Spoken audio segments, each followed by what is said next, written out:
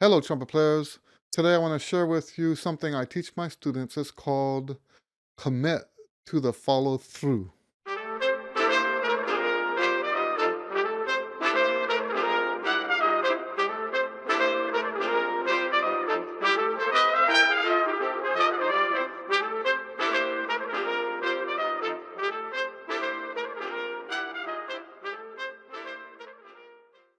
Yes, I am standing for a change. The only reason I've been sitting down all this time is because my tripod was too low to the ground and I had been propping it up, and I got tired of doing that, so I just started sitting down.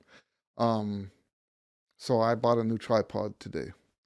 So anyway, what is this commit to the follow through thing?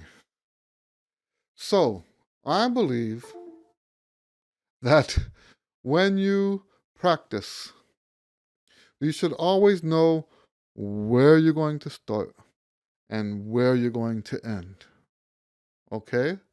We should always know where you're going to start, where you're going to end. There's no such thing as practice if all you're going to do is sit down and just play the music.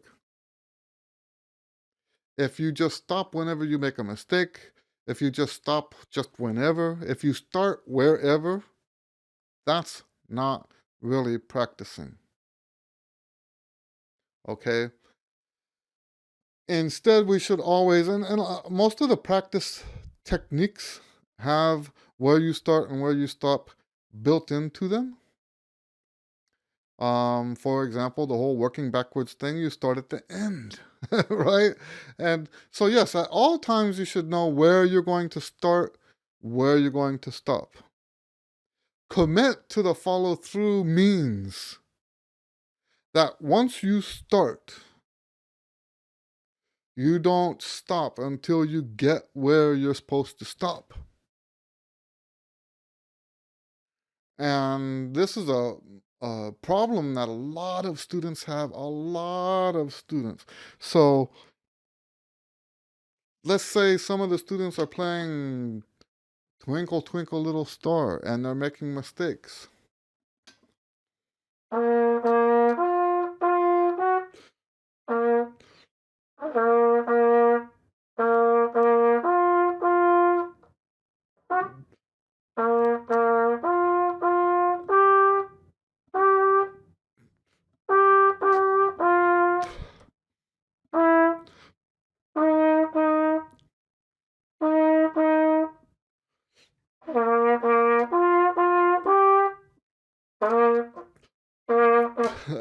See what I'm doing? I'm not exaggerating.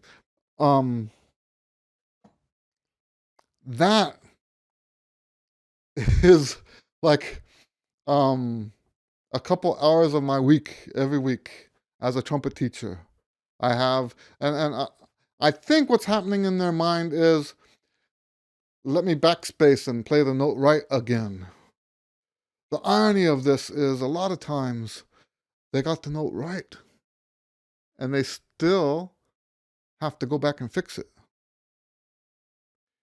And this happens on a variety of different levels. The level I'm talking about now is sort of like the beginner level, right? And a lot of students, when they first start playing, that's how they play.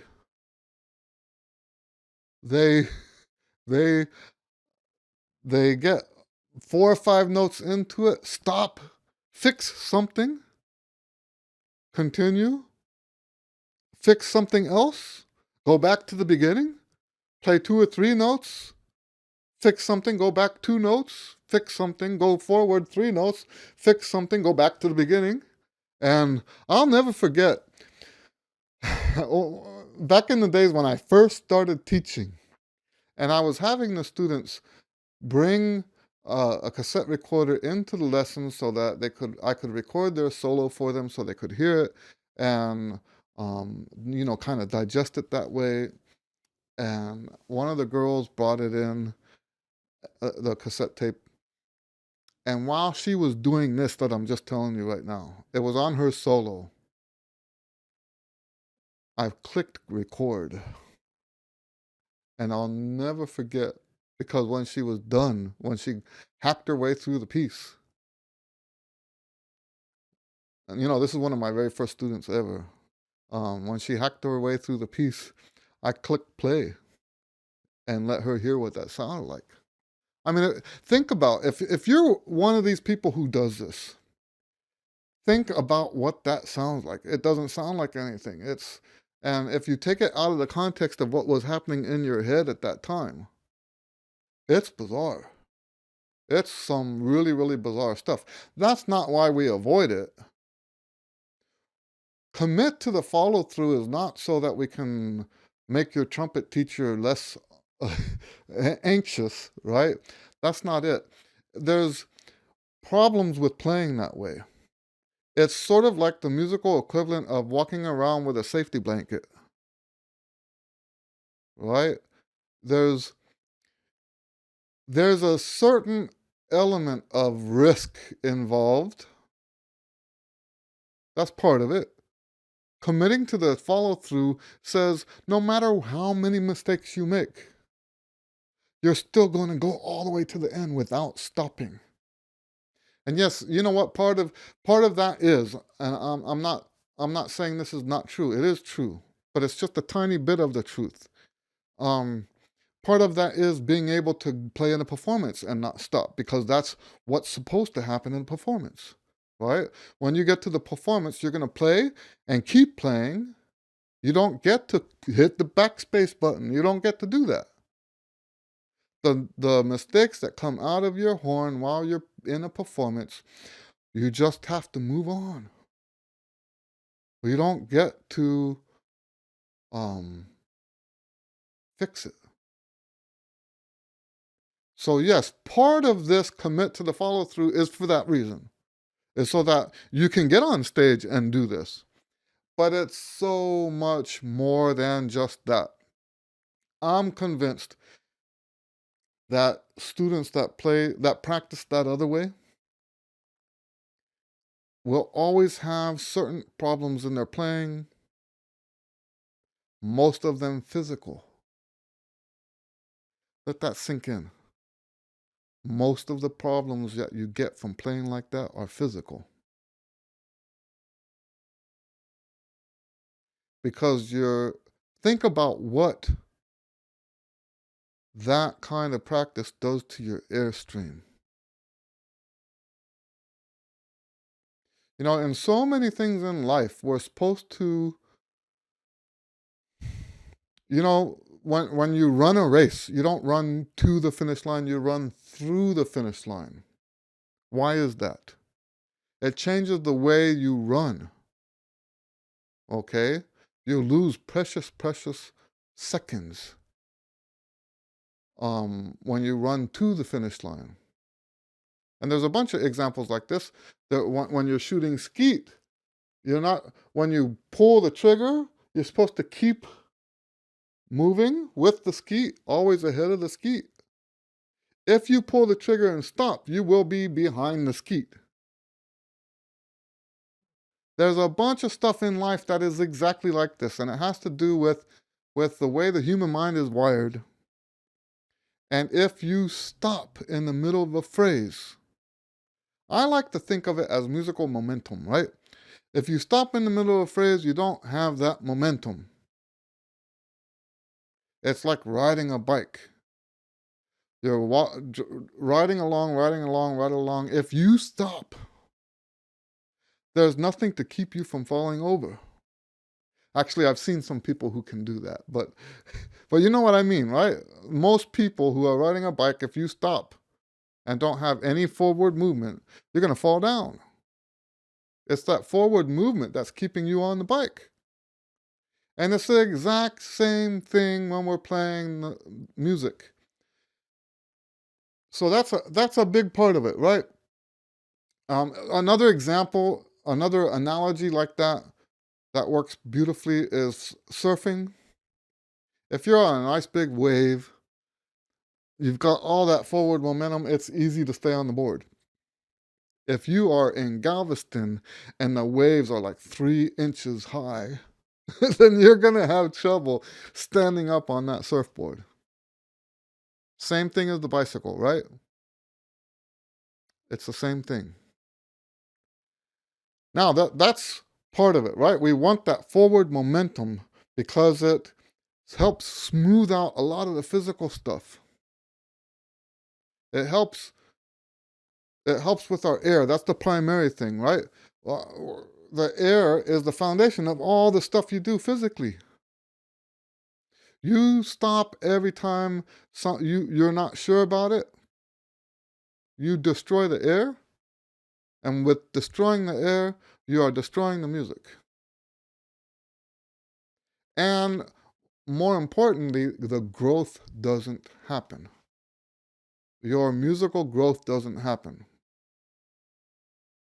Okay, so that's one thing. So you because of the air, because of the steadiness of what we have to ride on when you keep that musical momentum, we need that.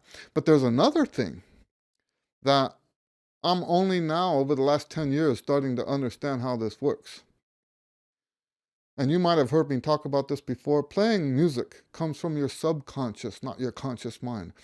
There's too many things you have to do simultaneously for your conscious mind to take care of all that.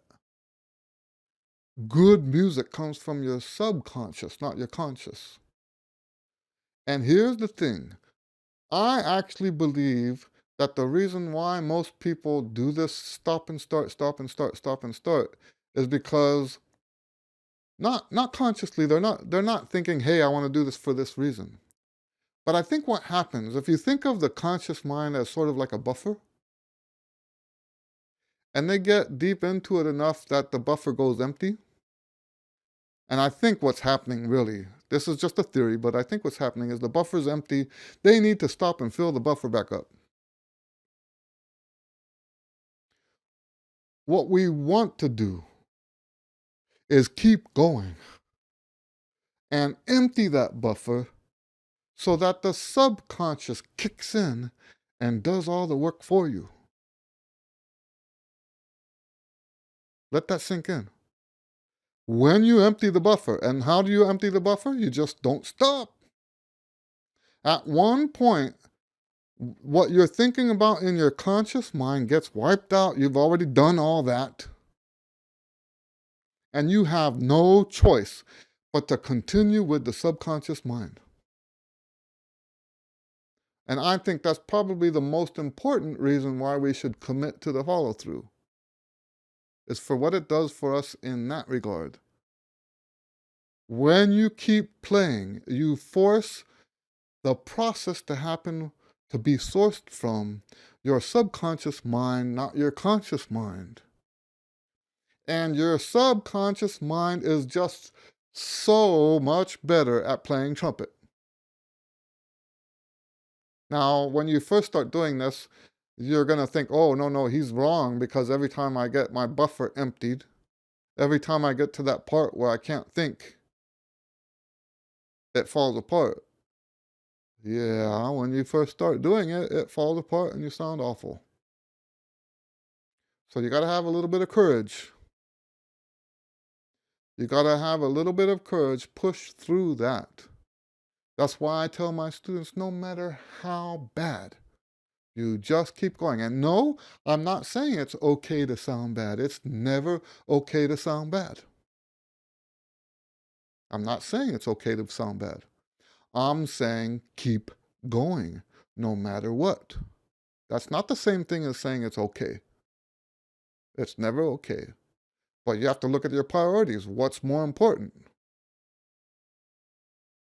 Is it more important to sound good right now and totally obliterate the song?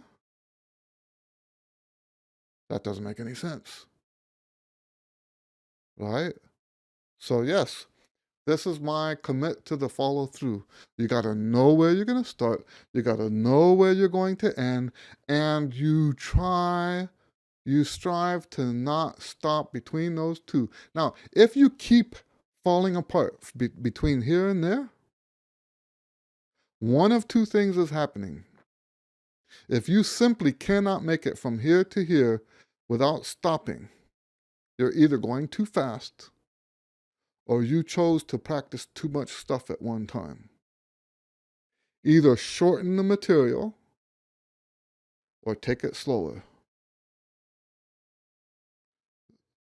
There's no reason why you can't work a piece out like that. There's nothing stopping you from chopping it up into smaller sections or taking the tempo slower. This is one of the most, I keep saying that, right? It's one of the most important things I teach. It really is, though. This is one of the most important things I teach. You know, a lot of people will stop also. I think sometimes you misunderstand what the band directors are saying. They'll tell you, if it sounds bad, stop. Fix it. And what I like to tell my students is yes, yes, yes. We want to stop and fix it. Don't stop the music, stop the process. If you are trying to do it 10 times, that's the process. 10 times in those 8 measures or whatever, 10 times. That's the process. When you make a mistake that needs to be fixed, you keep going to the end of what you were trying to practice.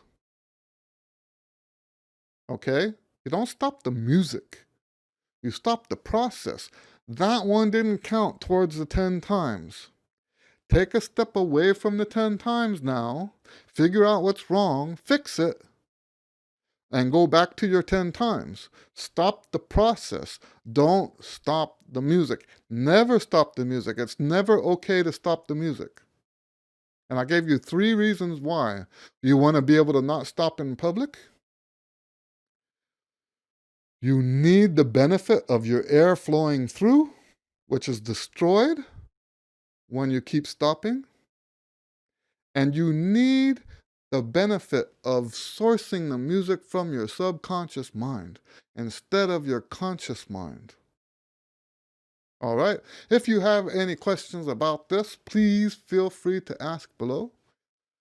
Someone commented a couple weeks ago, said, hey, you answer all the questions that you get down in the comments.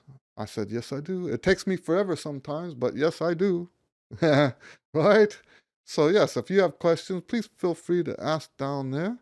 And other than that, God bless you, and we'll see you on the next video. Thank you for watching this video. I wanted to spend just a minute to let you know that there's a better, more convenient, more organized way to access all of these videos. We have literally hundreds of videos here on YouTube, and quite frankly, it's a bit of a mess. So, to make it a little bit more organized and easier for you to access what you want to access, I created a separate page, a separate area on my website, that's eddielewis.com. And if you go to eddielewis.com, click on the menu, click on videos. It will take you there.